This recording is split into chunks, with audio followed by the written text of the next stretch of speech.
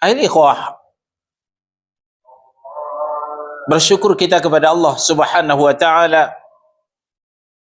Alhamdulillah, pada kesempatan yang baik ini kita bisa bermuajahah, bertatap muka, bersambung rasa, berkaitan hati, bersilaturahim, sekalian talabul ilm, menuntut ilmu syar'i yang Nabi mengatakan talabul ilm faridah, menuntut ilmu syar'i itu hukumnya fardu, bukan sunat. Alhamdulillah, sekali merangkuh dayung 2-3 pulau terlampau, kita bermuajahah, bertatap muka, bersilaturahmi, kita juga talabul ilmi, dan sekaligus kita telah merambah jalan ke surga. Nabi juga mengatakan, man salaka tariqan yaltamisu fihi ilman sahhalallahu lahu tariqan ilal jannah. Barang siapa yang menempuh jalan untuk menuntut ilmu syar'i, maka Allah akan mudahkan jalannya ke surga, kata Allah Subhanahu wa ta'ala.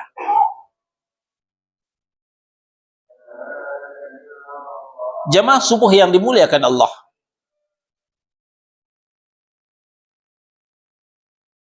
ketika ditanyakan kepada kita, maukah kita disakiti? Tentu kita akan sepakat menjawab tidak. Apapun usaha kita lakukan, apapun upaya kita coba untuk menghindar supaya kita jangan disakiti. Demikian pula Allah dan Rasulnya juga tidak mau disakiti. Nah, inilah materi yang insya Allah akan kita bahas pada pagi ini, menyakiti Allah dan Rasulnya.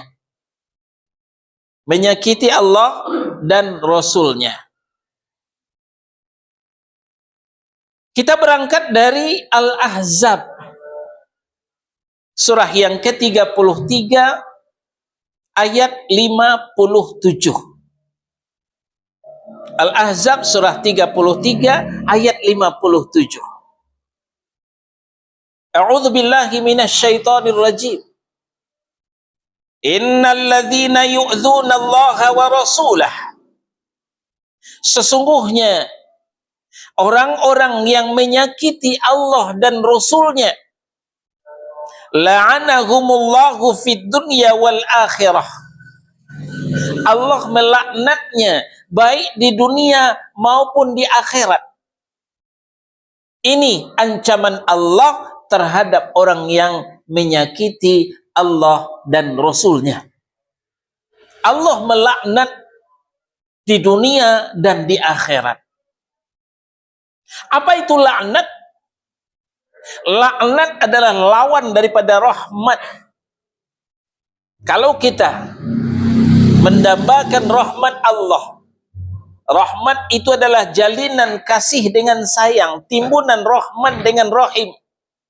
Itu yang kita dambakan dari Allah Subhanahu wa ta'ala. Semoga kita dilimpahi rahmat oleh Allah Subhanahu wa ta'ala.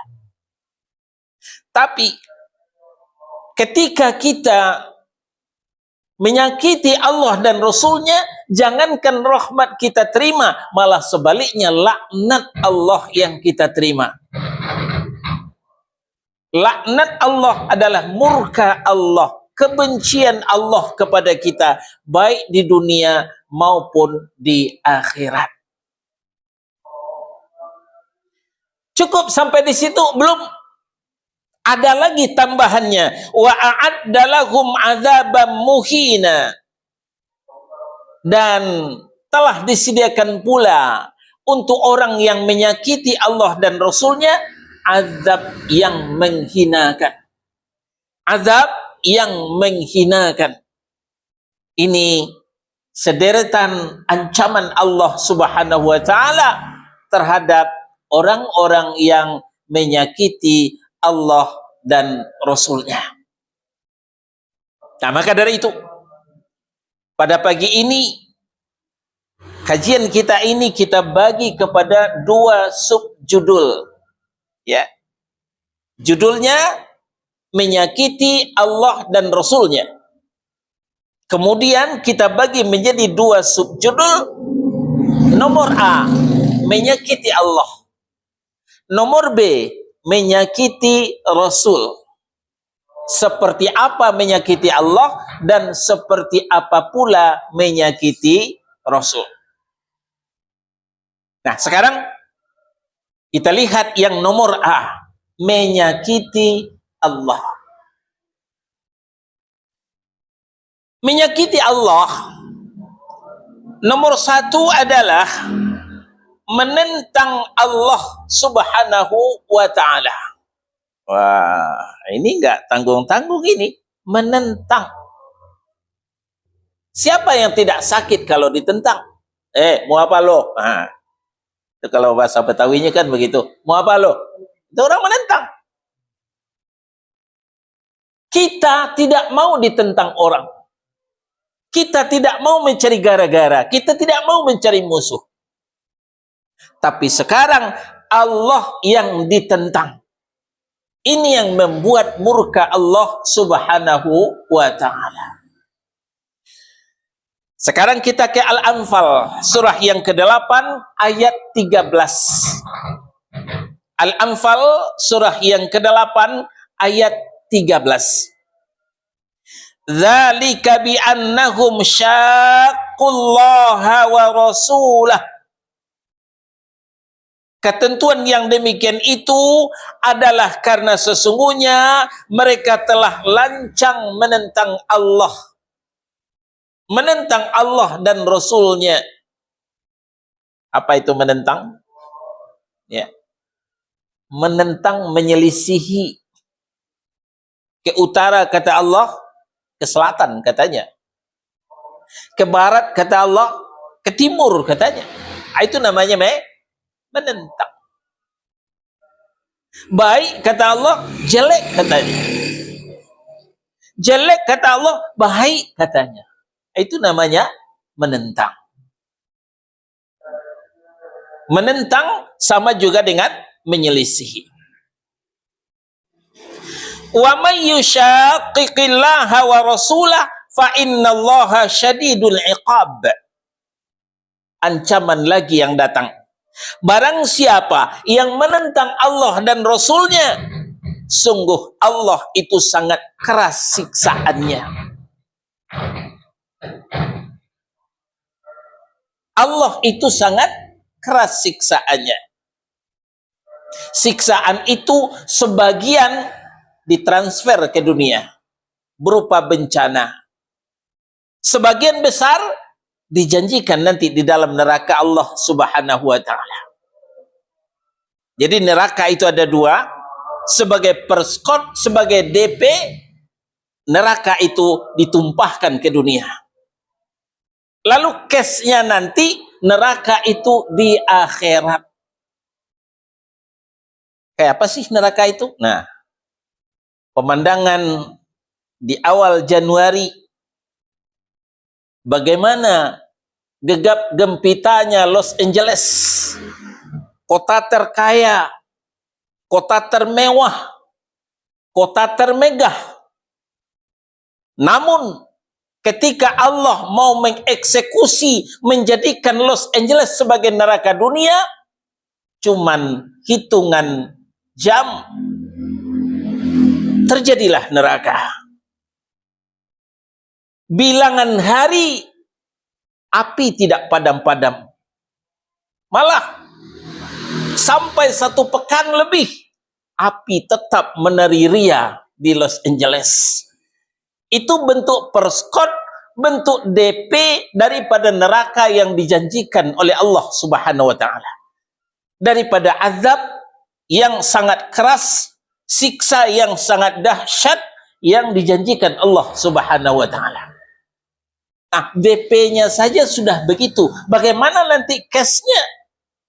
Ini hendaknya menjadi pelajaran bagi kita. Bagi kita yang mempunyai potensi akal untuk berfikir tentunya. Nah, oleh sebab itu, jangan coba-coba menentang Allah dan Rasul-Nya. Karena itu sama saja menyakiti Allah dan Rasul-Nya. Dan itu akan berbuah petaka buat kita. Baik di dunia maupun di akhirat. Sekarang, betapa kita lihat bukti orang menentang Allah. Kalau kita menelusuri latar belakang kronologis sebelum terjadinya neraka di Los Angeles, diadakan voting. Ya, biasanya voting itu mencari ketua, voting itu mencari pimpinan. Ya, siapa yang menang nanti itu yang menjadi ketua. Tapi di Los Angeles mereka memvoting bukan mencari ketua, bukan mencari pimpinan. Ada 3 hal yang mereka voting. Siapa yang paling berjasa buat mereka? Apa yang membuat mereka sukses? Ada 3 pilihan. Pertama, komunitas. Yang kedua, orang tua. Yang ketiga, Tuhan. Nah, ternyata 3 pilihan ini, God atau Tuhan, isinya 0. Yang lebih banyak apa? Komunitas. Nomor 2, orang tua. Itu yang membuat mereka sukses. Jadi komunitas mereka lah yang membuat mereka sukses. Komunitas mereka lah yang menjadikan Los Angeles itu surga dunia, kota termewah, kota terkaya. Tuhan? Tuhan nggak ada apa-apanya. Nggak ada peran Tuhan di sini. Itu yang dihasilkan oleh voting tersebut. Ini bentuk menyakiti Allah Subhanahu wa taala, menentang Allah, menihilkan eksistensi Allah Subhanahu wa taala, meniadakan keberadaan Allah Subhanahu wa taala. Ternyata Allah tidak tidur. Ternyata Allah memperhatikan apa yang dilakukan oleh mereka. Bahkan wallahu alimum bidzatis sudur, Allah itu tahu, mengerti tentang apa yang berdetak di dalam jantung mereka masing-masing. Mereka baru melakukan, baru merekayasa, baru merencanakan, itu sudah masuk dalam pengetahuan Allah Subhanahu wa taala. Nah, ternyata kesombongan mereka, kepongahan mereka dibayar lunas oleh Allah Subhanahu wa taala. Ini yang pertama. Bentuk menyakiti Allah adalah menentang Allah. Yang kedua, bentuk menyakiti Allah adalah mendustakan Allah. Mendustakan Allah, mendustakan nabinya, mendustakan ayatnya, tercakup semuanya. Sekarang kita ke Al-A'raf, surah yang ke-7 ayat 96, ya. Bisa kita lanjut nanti 97 dan berikutnya. Apa kata Allah Subhanahu wa taala?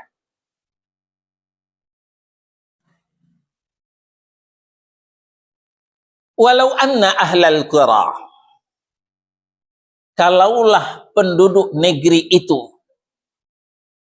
amanu wattaqau, mau beriman, mau bertakwa, beriman mentauhidkan Allah, berangkat dari rububiyah, meningkat menjadi uluhiyah, dan berakhir di asma was sifat. Itu yang dikatakan beriman. Beriman artinya bertauhid, membersihkan diri mereka, keyakinan mereka dari lumpur-lumpur syirik, tahayul, khurafat, keyakinan-keyakinan nenek moyang yang tidak berdasar. Ini lumpur-lumpur akidah. Nah, itu dibersihkan semua. Ini yang dikatakan orang beriman. Wattaqau. Tidak cukup hanya beriman, mereka juga bertakwa, menjaga diri mereka dari hal-hal yang dimurkai oleh Allah Subhanahu wa ta'ala. Itu dikatakan orang bertakwa. Menjaga diri mereka, berhati-hati supaya tidak kecemplung ke dalam dosa dan maksiat. Maka lafatahna alaihim barakatim minas sama'i wal ardh. Pasti ayat ini diawali oleh Allah dengan lam taukid. Lam taukid artinya pasti. Ini gak main-main, ini serius. Lafatahna alaihim barakatim minas sama'i wal ardh. Pasti kami bukakan untuk mereka pintu berkah, baik dari langit maupun dari bumi. Dari langit, langit menurunkan hujan yang membawa barokah. Bukan hujan yang mengakibatkan banjir, tapi hujan yang membawa kesuburan. Dari bumi, tumbuhlah tumbuh-tumbuhan yang bisa kita konsumsi petang dan pagi. Ada yang secara langsung bisa langsung kita petik, dijadikan sayur, dipetik, dimakan berupa buah. Ada yang secara tidak langsung singgah dulu ke perut kambing, singgah dulu ke perut sapi, lalu kambing dan sapinya kita potong dan kita konsumsi lagi. Itu barokah dari bumi. Syaratnya apa? Amanu wattaqau, beriman dan bertakwa. Namun sayang 1000 kali sayang, walakin kadzabu, mereka mendustakan kami, mendustakan ayat-ayat kami, mendustakan rasul-rasul kami. Itulah sebabnya fa'akhadnahum bima kanu yaksibun, kami siksa mereka sesuai dengan apa yang telah mereka kerjakan. Jadi siksaan Allah akan turun ketika kita sudah mulai mendustakan Allah Subhanahu wa ta'ala. Sebagaimana tadi telah kita sampaikan, azab Allah itu case-nya memang di akhirat dalam neraka, tapi perskotnya dikirim Allah ke dunia. Nah, begitu juga siksaan Allah. Azab, siksa, ya cuman berbeda istilah saja, sama. Siksaan Allah itu secara cash itu di dalam neraka di akhirat nanti. Tapi DP-nya, perskotnya Allah kirim juga ke dunia. Lalu di ayat 97, kita turun ke bawah. Masih Al-A'raf surah yang ke-7 di ayat 97. Afa amina ahlul qura ay ya'tiyahum ba'suna bayatan wa hum naimun. Maka apakah penduduk negeri itu merasa aman dari siksaan kami? Yang tidak beriman, yang tidak bertakwa, yang pongah, yang sombong, yang tidak mau diatur dengan syariat kami, termasuk Islamofobia, yang alergi dengan syariat Islam. Lalu ketika datang siksaan kami di malam hari, ketika mereka sedang tidur nyenyak, apakah mereka bisa aman dengan siksaan yang datang tiba-tiba ketika mereka sedang tidur nyenyak di malam hari? Pertanyaan ini yang harus kita jawab dari lubuk hati yang paling dalam. Banyak sekali kejadian-kejadian di negeri kita yang siksa datang di malam hari ketika manusia sedang tidur nyenyak. Dulu kita ingat gempa bumi di Jogja. Gempa bumi di Jogja berapa puluh tahun yang lalu. Itu di malam hari datangnya. Digoncang oleh Allah Subhanahu wa taala, hancur berantakan. Masih di Pulau Jawa juga. Ada satu negeri dipindahkan oleh Allah. Satu negeri dikubur oleh Allah Subhanahu wa taala dengan memindahkan bukit dari tempat lain ke situ. Terkuburlah dalam satu malam. Dan menurut cerita anak negeri, memang di negeri itu banyak maksiat, ya, banyak munkarat, perjudian, pelacuran, ya, minuman keras, yang tidak bisa berhenti dengan dakwah ketika itu, maka Allah mengeksekusi dalam semalam. Ini bukti daripada ayat Allah Subhanahu wa taala. Nah, jadi kita ulang ayat 97, afa amina ahlul qura ay ya'tiyahum ba'suna bayatan wa hum naimun. Apakah penduduk negeri itu merasa aman dari siksa kami yang datang di malam hari ketika mereka sedang tidur? Ini pertanyaan-pertanyaan yang harus kita jawab. Lalu di ayat 98, ya, ayat 98, masih Al-A'raf, masih surah yang ke-7, Allah berfirman, apa kata Allah? Awa amina ahlul qura ayyatiyahum ba'suna duha wa hum yal'abun. Atau apakah penduduk negeri itu merasa aman dari siksaan kami yang datang pada pagi hari ketika mereka sedang bermain-main? Dari Pulau Jawa kita ke Pulau Sumatera.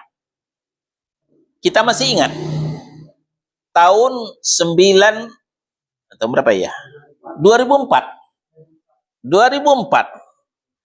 Nanggro Aceh Darussalam, ya, yang orang katakan Serambi Mekah. Kapan datangnya tsunami? Adalah di pagi hari. Di pagi hari, ketika mereka bermain di pantai, ya, diawali dengan gempa bumi, kemudian air surut. Nah, mereka bergembira ria menangkap ikan ketika itu. Karena air surut, ikan bergelimpangan seperti itu. Mereka dengan gembira ria menangkap ikan. Nah, ketika itulah kembali air dari laut datang setinggi pohon kelapa. Ini yang meluluh lantakkan Nanggro Aceh Darussalam ketika itu. Ini azab. Ini siksa. Karena penduduk negeri tidak lagi beriman, tidak lagi bertakwa. Nah, kembali kronologis atau asbabun nuzul kalau bahasa tafsir, asbabul wurud kalau bahasa hadis.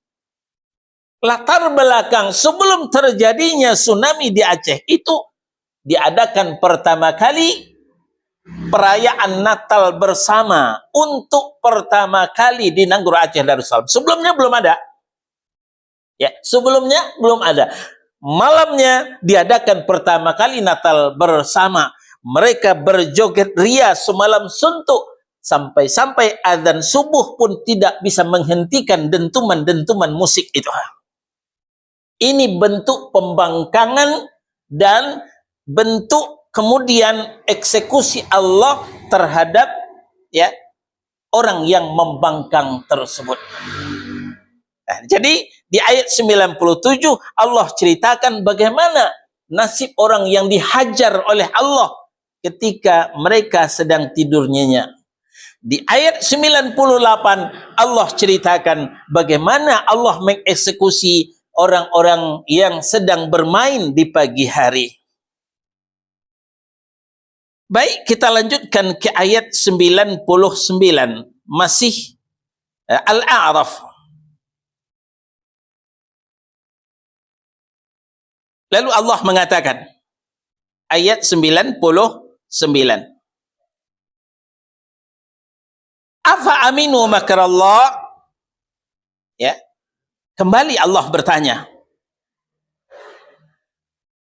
afa aminu makrallah, atau apakah mereka merasa aman dari siksaan Allah yang tidak terduga, ya, selain daripada di malam hari ketika mereka masih tidur, atau pagi hari ketika mereka sedang bermain-main, dan di waktu lain yang tidak terduga, sekonyong-konyong datang azab Allah itu.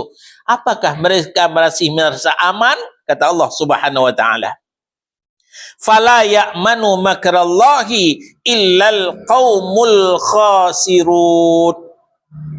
Tidak ada yang merasa aman dari siksaan Allah selain daripada orang-orang yang merugi. Selain daripada orang-orang yang merugi. Bencana yang dikirim oleh Allah tidak membuat mereka sadar, tidak membuat mereka insyaf, tidak membuat mereka kembali ke jalan yang benar, masih memperturutkan dosa dan maksiat. Ini bentuk yang kedua daripada menyakiti Allah, yaitu mendustakan Allah Subhanahu wa ta'ala. Bentuk yang ketiga menyakiti Allah Subhanahu wa ta'ala adalah mengekor kepada orang kafir. Ya. Ngekor itu bahasa gaul, ya. Kalau bahasa kampusnya, mentaati, mengikuti orang kafir. Tentu kita sudah sepakat dengan ayat, laqad kana lakum fi rasulillahi uswatun hasanah. Sungguh telah ada untukmu pada diri Rasul itu contoh tauladan yang baik. Sekarang bukan Rasul yang dijadikan contoh tauladan, bukan Nabi yang dijadikan qudwah, tapi yang dijadikan contoh tauladan justru orang-orang kafir. Yang dijadikan panutan ternyata orang-orang kafir. Ini juga menyakiti Allah Subhanahu wa ta'ala. Sekarang kita ke Ali Imran, surah yang ketiga, ayat 149. Ali Imran, surah yang ketiga, ayat 149. Ya ayyuhalladzina amanu, wahai orang-orang yang beriman, in tuti'ul ladzina kafaru yaruddukum ala aqabikum. Jika kalian mentaati orang-orang kafir, niscaya mereka akan mengembalikanmu ke belakang. Maksudnya murtad. Ini hati-hati. Ya, ternyata resikonya berat. Ngekor orang kafir, ngikut orang kafir, bisa berakibat apa? Murtad. Ya. Yaruddukum ala aqabikum. Mereka akan mengembalikanmu ke belakang. Maksudnya murtad. Kalau itu yang terjadi, fatanqalibu khasirin. Jadilah kamu termasuk orang yang merugi. Kamu kembali menjadi orang yang merugi. Apa yang biasanya kaum muslimin latah, ikut-ikutan, yang lebih signifikan adalah tentang ulang tahun. Orang kafir setiap tahun mengadakan apa? Happy birthday to you. Lalu kaum muslimin ikut latah mengadakan acara ulang tahun. Ulang tahun kelahiran. Seorang kakek sedih kalau cucunya belum ulang tahun. Seorang ayah berduka ketika anaknya belum ulang tahun. tapi mereka tidak sedih, mereka tidak berduka ketika anak cucunya belum dipotong akikah. Kadang-kadang biaya ulang tahun jauh lebih mahal daripada biaya seekor kambing untuk akikah. Nah, ulang tahun bagian daripada ngekor, meniru, mencontoh orang kafir. Kemarin Desember, ya. Sekarang kita di penghujung Januari. Kemarin Desember, orang-orang Nasara mengadakan perayaan ulang tahun Yesus Kristus anak Allah, kata mereka. Apa yang dilakukan kaum muslimin? Kaum muslimin ikut pula secara gegap gempita merayakan hari ulang tahun Nabi mereka. Malah besok mau Ramadan, masih perayaan ulang tahun Nabi juga lagi. Itu yang terjadi.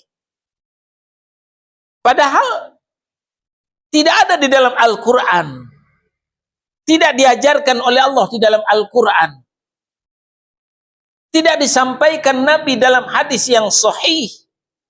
Dan tidak pernah dilakukan oleh as-sabiqun al-awwalun, orang yang terdahulu dan pertama kali masuk Islam. Al-muhajirin wal ansar tidak pernah merayakan hari ulang tahun Nabi Muhammad sallallahu alaihi wasallam.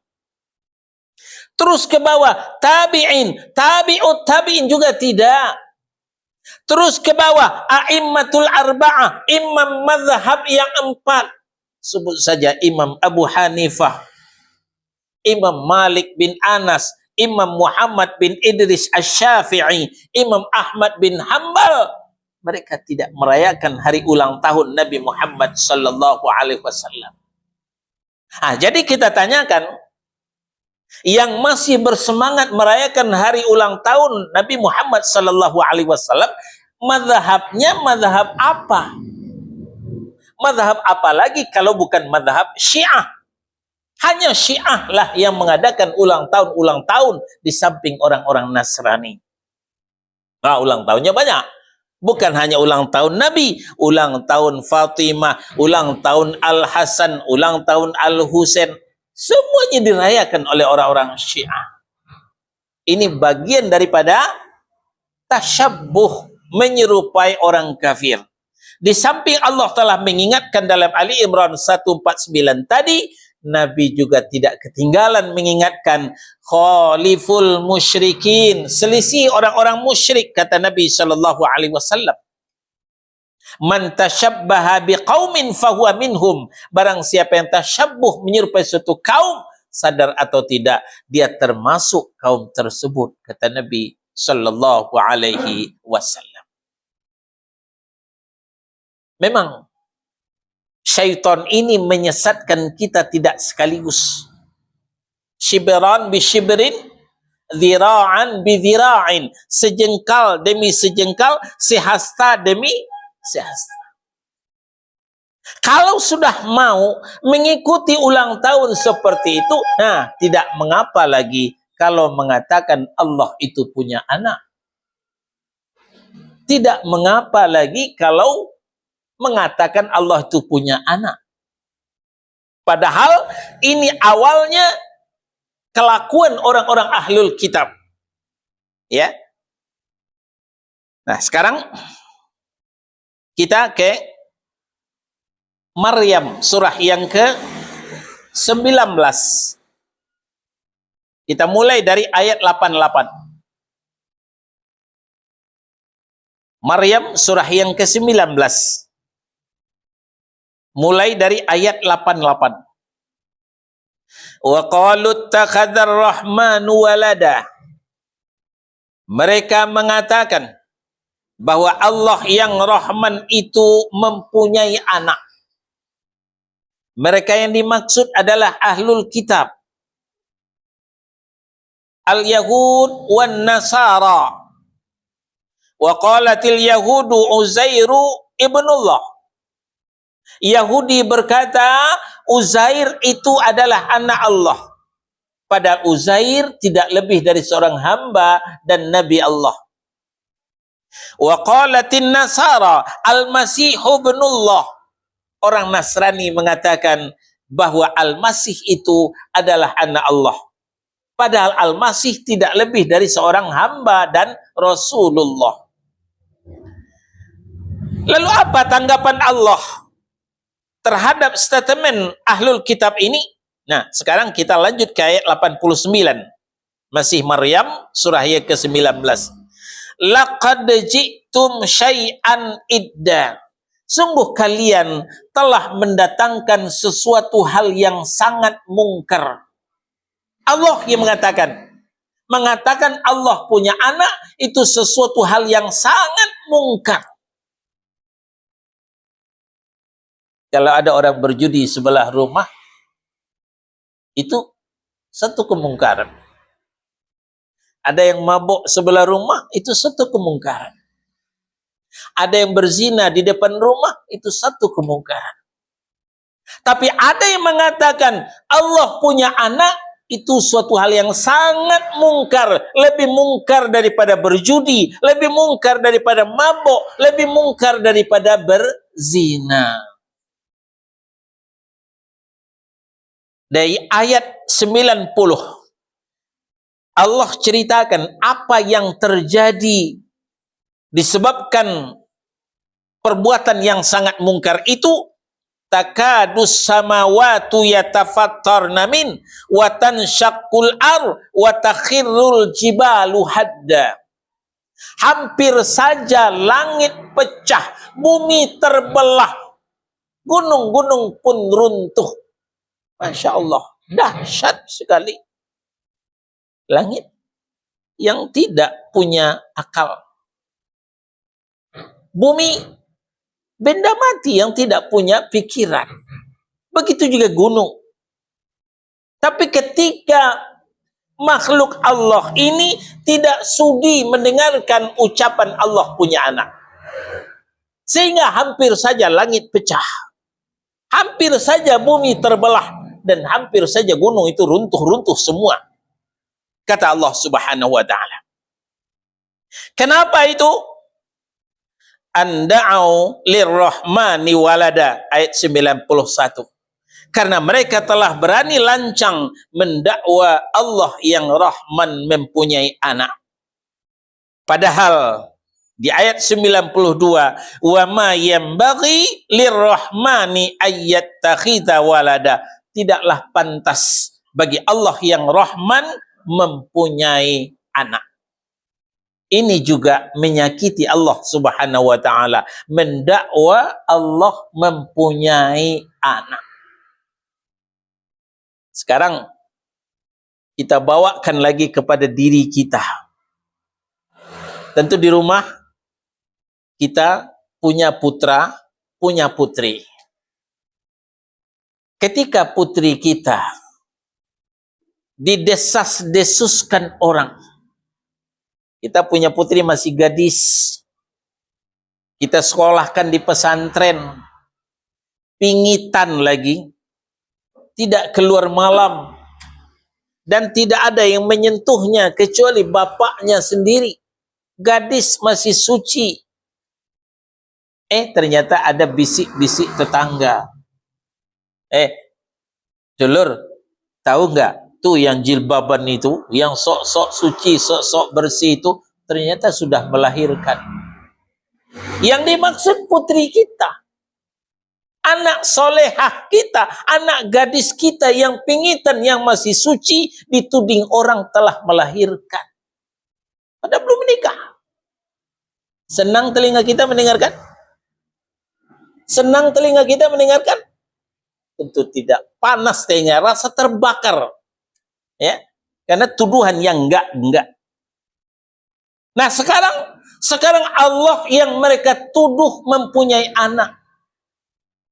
Padahal kita sudah final, lam yalid walam yulad walam yakul lahu kufuwan ahad. Allah itu tidak beranak dan tidak diperanakkan, tidak melahirkan dan tidak dilahirkan, dan tidak satu pun yang serupa dengan Allah. Nah, sekarang Allah yang mereka tuding mempunyai anak. Ini yang menyakiti Allah Subhanahu wa ta'ala, yang mengundang datang murka Allah Subhanahu wa ta'ala.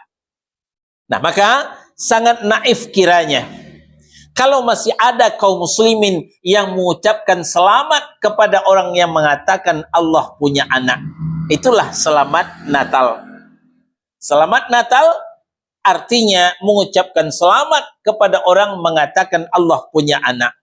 Itu lebih dahsyat, ya, lebih mungkar daripada mengucapkan selamat berjudi, selamat mabuk, selamat berzina. Ya, itu lebih dahsyat, lebih mungkar daripada mengucapkan selamat berjudi, selamat berzina, dan selamat mabuk. Terakhir, sekarang Senin tanggal merah, hari libur nasional. Kenapa? Hari apa ini? Ya, Isra dan Mi'raj. 2 hari lagi tanggal merah lagi, hari libur nasional lagi. Hari apa itu? Imlek. Nah, ini juga perlu kita sampaikan. Biasa di negeri kita, Imlek ini biasanya hujan. Biasanya hujan. Maka sudah menjadi buah bibir, ya, yang kita dengar sepanjang tahun. Kalau ada hujan, nah itu kan Imlek, ya. Hujan lagi, ya wajar kan Imlek, ya. Hujan dikaitkan dengan Imlek, padahal hujan itu bentuk kasih dan sayang Allah. Diturunkan hujan supaya kita tidak kemarau, supaya tidak kering kerontang, ya. Nah, coba sebulan saja nggak turun hujan, waduh, kelabakan kita. Sumur-sumur pada kering, ya, air pump juga terganggu. Lalu bagaimana kalau Allah menahan hujannya sampai setahun? Kita bisa merana. Nah, sekarang Allah masih turunkan hujan untuk menyirami bumi supaya kita tidak kemarau, tidak kering kerontang. Mulut kaum muslimin bukan bersyukur kepada Allah, tapi mengatakan hujan itu karena Imlek. Bagaimana dengan kita? Kita berangkat pagi, pulang petang, cari nafkah buat anak istri, peras keringat, banting tulang, kaki ke atas, kepala ke bawah. Kan begitu kita cari nafkah. Panas terik, hujan berangin, tetap berangkat, nggak kenal capek. Ya, cari nafkah untuk anak dan istri. Tahu-tahu anak kita ngomong, dia dibelanjai oleh bapak anu. Bapakmu gimana? Wah, bapak saya nggak becus sih. Bapak saya nggak pernah ngasih duit. Bagaimana telinga kita mendengar? Padahal kita berusaha maksimal untuk membelanjai anak istri kita. Sekarang anak kita mengatakan kita tidak bertanggung jawab. Dia dibelanjai oleh bapak yang lain, bukan kita. Ini bentuk kekufuran, tidak berterima kasih anak kita kepada kita. Nah, sekarang bagaimana ketika Allah menurunkan hujan kepada kaum muslimin? Ternyata kemudian kaum muslimin bukan bersyukur kepada Allah, tapi mengatakan hujan itu dari Imlek. Hujan itu karena Imlek, padahal Imlek itu adalah hari raya orang kafir. Imlek tidak ada dalam Islam. Bahkan lebih dari itu, kaum muslimin ikut latah mengucapkan Kong Si Fa Cai. Ya. Setelah kemarin di bulan Desember mengucapkan selamat Natal, masuk tahun baru mengucapkan selamat tahun baru Januari, dan di akhir Desember mengucapkan apa? Kongsi facai. Ini juga bentuk daripada menyakiti Allah Subhanahu wa ta'ala. Inilah yang perlu kita waspadai. Jangan sampai kita menyakiti Allah Subhanahu wa ta'ala. Ketika kita menyakiti Allah Subhanahu wa ta'ala, Allah tidak tinggal diam. Allah punya cara sendiri untuk mengeksekusi kita, ya, yang telah Allah ingatkan melalui ayat-ayatnya tadi.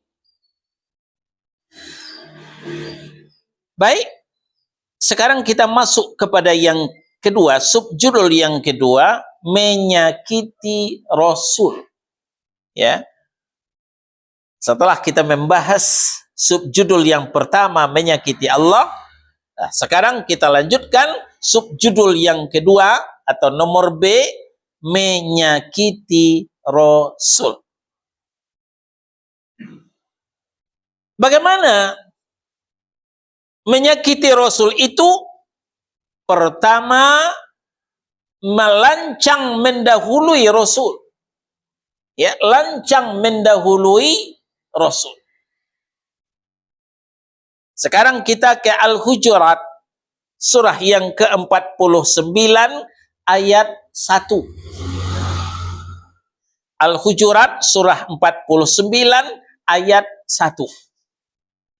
Ya ayyuhalladzina amanu la tuqaddimu baina yadayillahi wa rasulih. Hai orang-orang yang beriman, janganlah kalian lancang mendahului Allah dan Rasulnya. Jadi, kita dalam beragama, dalam melaksanakan din, kita menunggu Allah dan Rasul dulu. Tunggu qala Allah, Al-Quran. Tunggu qala Rasul, sunnah Nabi. Baru kita beramal.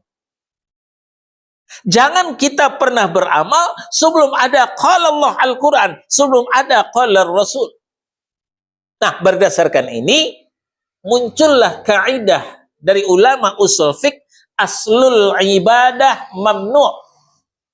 Asalnya ibadah itu dilarang. Aslul ibadah haramun. Asalnya ibadah itu haram. Illa, kecuali sudah datang dalil yang mensyariatkan, baik dalil dari qala Allah Al-Quran maupun dalil dari qala Rasul, sunnah Nabi yang sahih. Nah, barulah berubah ibadah itu tidak lagi haram, tidak lagi dilarang. Sekarang kita tanya, kenapa tadi kita sholat subuh 2 rakaat? Karena ada qala Allah, aqimus shalah. Kalau tidak ada ayat aqimus shalah, kita tidak boleh sholat. Itu namanya melancang mendahului Allah dan Rasul. Kenapa kita bayar zakat? Kita isi kotak infak. Karena ada qala Allah, wa atuz zakah, bayarkanlah zakat. Wa anfiqu mimma razaqnakum, infakkan sebagian rezekimu. Min qabli ayyatiyahadakumul maut, sebelum datang maut kepadamu. Kalau tidak ada ayat ini, kita tidak boleh bayar zakat, kita tidak boleh berinfak. Nah, bulan depan kita masuk Ramadan. Kenapa kita puasa? Karena ada ayat, ya ayyuhalladzina amanu kutiba alaikumussyam. Hai orang yang beriman, diwajibkan kepadamu berpuasa. Kalaulah tidak ada ayat Al-Baqarah 183 ini, kita tidak boleh puasa. Nah, itu yang dimaksud oleh ulama, aslul ibadah mamnu'. Aslul ibadah haram. Ibadah itu asalnya dilarang, ibadah itu asalnya haram. Ya, kalau tidak ada dalil yang mensyariatkan. Nah, sekarang mulai kita introspeksi, memeriksa ibadah kita masing-masing yang kita lakukan. Kenapa kita melakukan ibadah ini? Mana dalil yang mensyariatkannya? Kalau ada, ya sudah, lanjutkan. Kalau tidak ada, stop. Jangan dilanjutkan. Kan itu namanya lancang mendahului Allah dan Rasulnya. Kita kembali. Wattaqullaha innallaha sami'un alim. Dan bertakwalah kepada Allah. Sesungguhnya Allah itu maha mendengar lagi maha mengetahui. Larangan keras dari Allah Subhanahu wa ta'ala. Kita tidak boleh lancang mendahului Allah dan Rasulnya. Maka berdasarkan ini keluarlah peringatan dari Nabi sallallahu alaihi wasallam melalui hadis yang diterima dari Ummul Mukminin Aisyah radhiyallahu anha dalam 2 nomor. Pertama, man amila amala laisa alaihi amruna fahuwa rad. Barang siapa yang beramal yang tidak sesuai dengan sunnah kami, maka amalnya tertolak. Di nomor yang lain, man ahdatsa fi amrina hadza, barang siapa yang menambah-nambah tentang urusan kami ini, urusan ibadah, enggak boleh ditambah-tambah. Ya. Ma laisa minhu, yang bukan bagian darinya, fahuwa rad, maka itu juga tertolak. Itu namanya bentuk pembangkangan kepada Allah dan Rasul yang suka merubah-rubah, yang suka menambah-nambah ibadah yang tidak sesuai dengan tuntunan Rasulullah sallallahu alaihi wasallam. Lalu di riwayat yang lain, ya, Jabir bin Abdullah menceritakan bahwa Nabi sallallahu alaihi wasallam setiap memulai khutbahnya, setiap memulai muhadarahnya, memulai kajiannya, selalu dengan khutbatul hajjah. Apa bunyinya khutbatul hajjah itu? Fa inna asdaqal hadithi kitabullah. Sebenar-benar perkataan adalah kitabullah, Al-Quran. Wa inna afdalal hadi Muhammad sallallahu alaihi wasallam. Sebaik-baik petunjuk adalah petunjuk Nabi Muhammad sallallahu alaihi wasallam. Wa syarrul umuri muhdatsatuha. Seburuk-buruk urusan adalah mengada-ada. Urusan yang dimaksud adalah urusan ibadah. Ya. Seburuk urusan ibadah adalah mengada-ada yang tidak disyariatkan Allah, yang tidak disunnahkan oleh Rasulullah sallallahu alaihi wasallam. Itu seburuk-buruk urusan, kata Nabi. Menurut kita baik, tapi menurut Rasulullah itu buruk. Ya. Apakah kita akan mengikut Rasul ataukah memperturutkan hawa nafsu kita? Nah, dilanjutkan oleh Nabi sallallahu alaihi wasallam, wa kullu muhdatsatin bid'ah. Setiap yang diada-adakan itulah yang dikatakan bid'ah. Yang tidak pernah disyariatkan Allah, yang tidak pernah disunnahkan oleh Rasul, yang tidak pernah dicontohkan oleh para sahabat, itulah yang dikatakan bid'ah. Tentang ibadah, ya, ini dilingkupi ibadah. Kalau di luar ibadah, silahkan, monggo. Karena Nabi juga mengatakan, wa antum a'lamu bi umuri dunyakum. Kamu tentu lebih tahu dengan urusan duniamu. Ya. Transportasi itu urusan dunia. Dulu Nabi naik onta. Sekarang kalau mau naik onta juga silahkan, nggak dilarang. Tapi kalau naik motor silahkan. Karena kamu lebih tahu dengan urusan duniamu. Artinya Nabi memberikan lampu hijau. Nah, kita jangan pula terpengaruh dengan kata orang-orang di sebelah sana. Dikit-dikit bid'ah, dikit-dikit neraka, suruh aja naik onta, jangan naik motor, jangan naik pesawat. Ini orang nggak ngerti. Orang yang nggak faham dengan definisi bid'ah. Yang tidak boleh itu ditambah-tambah urusan ibadah. Kalau bukan urusan ibadah, silahkan bebas. Sepanjang tidak dilarang, silahkan. Nah, kemudian, wa kullu bid'atin dhalalah. Setiap bid'ah itu sesat, kata Nabi. Nabi tidak pernah mengatakan ada bid'ah hasanah. Ya. Wa kullu bid'atin dhalalah. Setiap bid'ah itu sesat. Wa kullu dhalalatin finnar. Setiap kesesatan itulah yang akan menendangmu ke liang neraka yang sangat panas. Ini warning. Ini peringatan dari Nabi sallallahu alaihi wasallam. Jadi aneh kalau pada hari ini ada orang mengatakan ada bid'ah hasanah. Padahal Nabi mengajarkan setiap bid'ah itu sesat, tidak ada bid'ah itu yang hasanah. Kita akhiri pembahasan kita ini dengan sebuah pernyataan daripada Imam Malik bin Anas. Beliau adalah Imam Masjid Nabawi, Imam Darul Hijrah.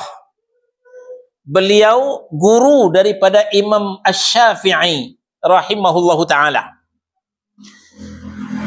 Apa kata Imam Malik bin Anas? Man ibtada'a fil islami bid'atan. Barang siapa yang berbuat bid'ah satu saja, gak usah banyak-banyak, satu saja berbuat bid'ah, lalu yaraha hasanatan, lalu dia memandangnya sebagai bid'ah hasanah. Kan banyak sekarang di negeri kita. Oh, bid'ah itu kan ada dua, Ustaz. Ada bid'ah dhalalah, ada bid'ah hasanah. Nah, lalu yang kami lakukan ini bid'ah hasanah, bukan bid'ah dhalalah. Yang bid'ah dhalalah yang mana? Salat zuhurnya 5, salat maghribnya 6, salat subuhnya 4. Ah, itu bid'ah dhalalah tuh. Ulang tahun Nabi ini bid'ah hasanah. Pesta kematian bid'ah hasanah. Ya. Jadi bid'ah hasanah itu dimunculkan untuk mengcover penyimpangan-penyimpangan mereka. Nah, dengarkan kata Imam Malik, man ibtada'a fil islami bid'atan. Barang siapa yang berbuat bid'ah satu saja, satu bid'ah, yaraha hasanatan, dia memandangnya sebagai bid'ah hasanah. Dengarkan kata Imam Malik bin Anas, faqad za'ama anna Muhammadan sallallahu alaihi wasallam khana risalah. Berarti sadar ataupun tidak, dia telah menuding Rasulullah sebagai pengkhianat risalah. Merinding kita, Pak. Berarti dia telah menuding Rasulullah sebagai pengkhianat risalah. Tahu ulang tahun Nabi itu baik, kok Nabi nggak sampaikan sih? Katanya Nabi itu tabligh. Siapa yang merayakan hari ulang tahunku? Kenapa nggak ada hadis seperti itu? Berarti Nabi pengkhianat. Mungkinkah Nabi itu pengkhianat? Kemarin orang-orang kafir buat karikatur Rasulullah Sallallahu Alaihi Wasallam. Kaum muslimin marah, darahnya mendidih, bahkan ada yang membunuh orang kafir itu. Saking mendidihnya darahnya. Tapi kita sadar atau tidak, kita telah menuding Rasulullah sebagai pengkhianat dengan berbuat satu bid'ah dan mengasih label lagi bid'ah hasanah. Kenapa demikian? Li'anna Allah yaqul, karena Allah subhanahu wa ta'ala sudah berfirman. Al-Ma'idah ayat 3. Al-yawma akmaltu lakum dinakum wa atmamtu alaikum ni'mati wa raditu lakumul islam madina. Pada hari ini, hai Muhammad, telah kusempurnakan untukmu agamamu. Ya. Jadi sebelum Rasulullah wafat, agama Islam ini telah sempurna. Kalau sudah sempurna, tidak perlu lagi ditambah. Ya. Ini insya Allah teh manis. Betul, siapa yang membuat tadi? Betul Pak ya? Sudah sempurna belum? Sudah. Kalau umpamanya saya tambah garam, gimana rasanya? Saya bawa lagi saus, masuk lagi ke dalam. Gimana rasanya? Rusak, hancur-hancuran. Kan ini sudah sempurna, tinggal minum kok, nggak perlu tambah-tambah lagi. Inilah gambaran Islam ditinggalkan oleh Rasulullah Sallallahu Alaihi Wasallam. Sudah sempurna, tinggal mengamalkan saja, jangan ditambah-tambah lagi. Ya, Allah yang mengatakan, Al-yaum akmaltu lakum dinakum. Pada hari ini, hai Muhammad, telah kusempurnakan untukmu agamamu. Jadi kalau masih kita tambah, berarti kita menganggap ini belum sempurna. Jadi kalau teh manis ini saya tambah saus, berarti saya menuding panitia nggak becus bikin teh manis. Masa teh manis nggak pakai saus? Ayak-ayak wae. Ya. Saya tambah lagi dengan cabai, dengan sambal. Tadi teh manis pakai sambal nggak? Enggak pengalaman bikin teh manis. Bikin teh manis itu pakai sambal, ditambah saus. Apa kata panitia? Sejak kapan Ustadz gini? Panitia akan berkata begitu. Masa teh manis pakai sambal, pakai saus? Begitulah kondisi Islam pada hari ini. Allah mengatakan Islam sudah sempurna, tapi masih ditambah-tambah. Seperti ulang tahun Nabi tadi. Seperti pesta kematian tadi. Tidak ada dalam ajaran Islam itu. Tapi kaum muslimin bela-belain, ngutang bila perlu untuk mengadakan acara-acara yang tidak pernah diajarkan oleh Nabi Sallallahu Alaihi Wasallam. Ya, kita lanjutkan.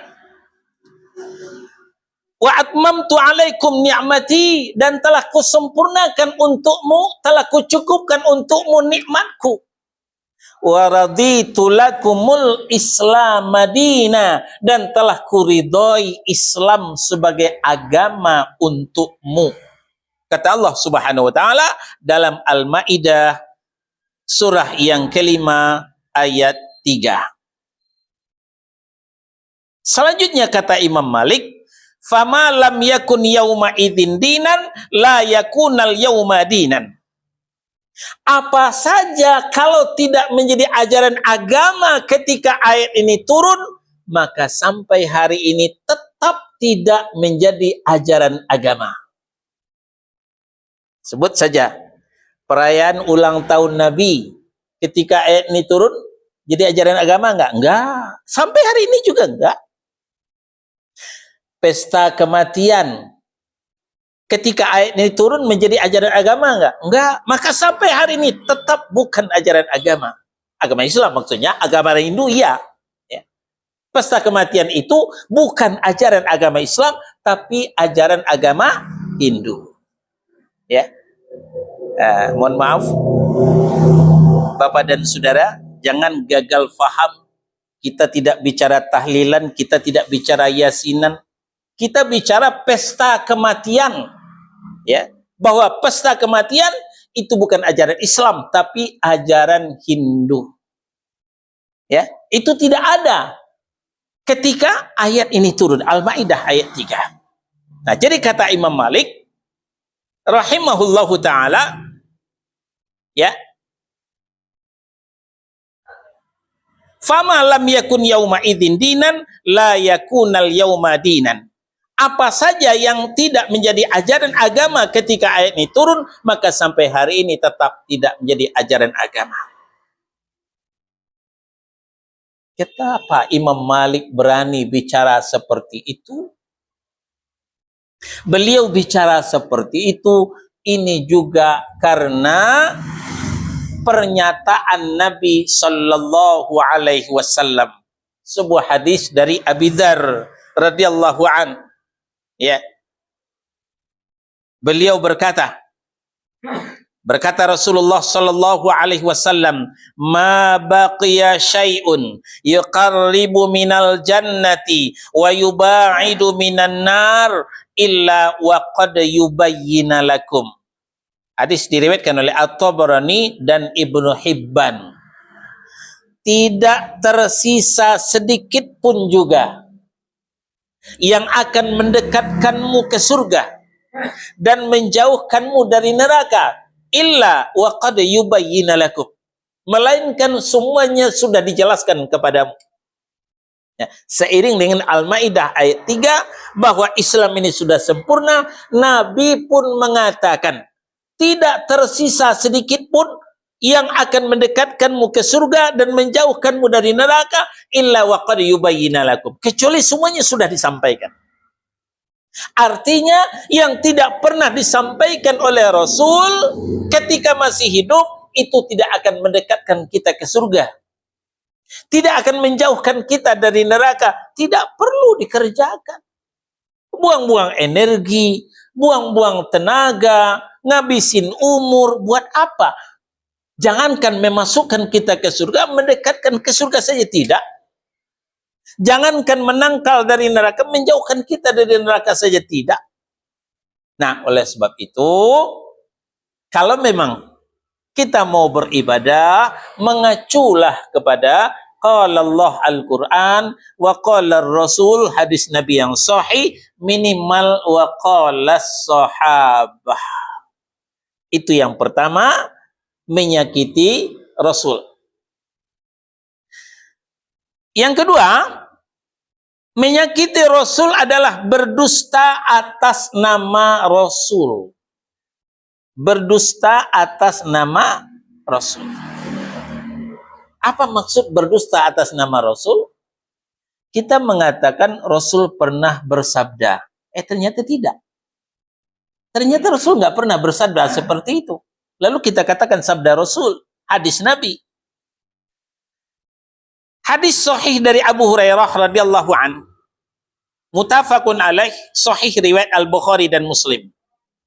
Kata Nabi sallallahu alaihi wasallam, man kadzaba alayya muta'amidan falyatabawwa maq'adahu minan nar. Barang siapa yang berdusta atas namaku dengan sengaja, carilah tempat tinggal di dalam neraka. Di nomor yang lain, man taqawwala alayya ma lam aqul falyatabawwa maq'adahu minan nar. Barang siapa yang mengatakan apa yang tidak pernah kukatakan, cari tempat tinggal di dalam neraka. Ini Rasulullah marah apa senang? Marah. Kalau begitu bahasa Nabi, Rasulullah marah. Ya. Sekarang banyak beredar hadis-hadis palsu, hadis-hadis maudhu. Ya. Ini termasuk berdusta atas nama Nabi. Ya. Di antaranya apa? Man azzama mauludi kuntu syafa'atu yaumal qiyamah. Barang siapa yang mengagungkan maulidku, maka aku akan beri syafaat di hari kiamat. Oh, ini hadis laris manis di bulan Rabiul Awal. Tapi tidak banyak yang tahu ternyata hadis ini hoax. Ternyata hadis ini maudhu, hadis ini palsu. Nabi tidak pernah menyuruh kita merayakan hari ulang tahunnya, merayakan maulidnya, tidak pernah. Dibuatlah orang-orang untuk mengcover ya acara-acaranya, karena acaranya itu penuh dengan kepentingan pribadi dan golongan. Nah, hati-hati Bapak dan Ibu, ya, terutama bulan Rajab kemarin banyak yang mampir di beranda handphone kita keutamaan Rajab, ya, puasa Rajab, istighfar Rajab, semuanya dikaitkan dengan Rajab. Habis Rajab, Sya'ban. Nah, termasuk nanti nisfu Sya'ban. Itu juga tidak terhenti dengan hadis-hadis palsu, hadis-hadis dhaif, lemah. Habis Sya'ban, Ramadan. Nah, apalagi man fariha bidukhuli Ramadan harramallahu jasadahu 'alan niran. Pernah dengar hadis ini? Barang siapa yang bergembira dengan masuknya Ramadan, Allah haramkan jasadnya dari api neraka. Pernah dengar? Nah, gembira saja cukup Pak, gak usah puasa besok. Ya. Gembira saja cukup, gak usah puasa. Itu sudah mengharamkan diri kita dari neraka. Tapi tidak banyak yang tahu ternyata hadis ini hoax. Hadis ini palsu. Tidak pernah Nabi mengatakan seperti itu. Yang diperintahkan Nabi, man shoma ramadhana imanan wa ihtisaba ghufira lahu ma taqaddama min dzambih. Barang siapa yang berpuasa dengan iman dan ikhlas, diampuni dosanya yang sudah berlalu. Perkara gembira dengan masuknya Ramadan sah-sah saja. Tapi jangan katakan itu kata Nabi. Nabi menyuruh puasa, bukan menyuruh gembira. Ya. Nah, ini juga menyakiti Rasulullah Sallallahu Alaihi Wasallam. Banyak lagi yang mau kita sampaikan, tapi memang waktu ya tidak cukup, yang tidak mengizinkan. Mudah-mudahan yang sekelumit ini ya bisa menjadi menambah wawasan kita. Kita simpulkan, jangan pernah menyakiti Allah dan Rasul. Tadi telah kita sampaikan bentuk-bentuk menyakiti Allah dan bentuk-bentuk menyakiti Rasul. Kalau selama ini kita terlanjur berbuat hal-hal yang disebutkan tadi, segeralah tubu ilallah taubatan nasuha. Bertaubat kepada Allah dengan taubat nasuha. Semoga Allah tidak murka kepada kita. Semoga rahmat tidak diganti dengan laknat Allah itu tadi. Baik, sampai di sini pembahasan kita. Sebelum kita tutup, mungkin ada yang mau bertanya, silahkan.